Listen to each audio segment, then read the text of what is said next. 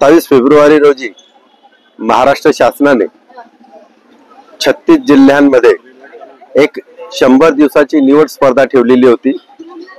मुख्यमंत्री देवेंद्र फडणवीस यांनी घोषित केले होते की या 100 दिवसाच्या कार्यात जो जिल्हा अग्रेसर राहील त्यांना या ठिकाणी पारितोषिक देण्यात येईल।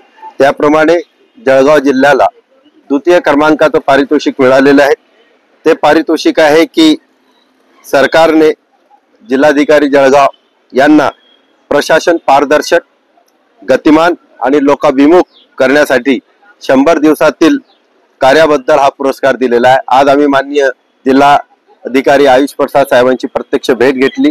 त्यांना शाल, श्रीफळ व एक फ्रेम आम्ही त्या ठिकाणी त्यांना सुपूर्द केली जळगाव जिल्हा एकता संघटनेमार्फत, आणि त्यांच्याकडून अजून अपेक्षा व्यक्त केल्या की आपण आहात तोपर्यंत जळगावचा विकास आणि त्याला त्यासाठी असणारे सगळे प्रयत्न आपण करा। आणि त्यांनी हेच शब्द आम्हाला दिले की मी आहे तोपर्यंत आणि पुढे येणारे जिल्हाधिकारी विकासासाठी येतील। आपण विकासासाठी सामाजिक संघटनांची सुद्धा गरज असते, त्यांनी ती अपेक्षा आमच्याकडून व्यक्त केली। आम्ही त्याला होकार दिला आणि त्यांनी आमचा सत्कार स्वीकारला। त्याबद्दल आम्ही त्यांचं अभिनंदन करतो, आभार व्यक्त करतो आणि पूर्ण जळगाव जिल्हावासियांसाठी ही अभिमानाची बाब आहे। धन्यवाद।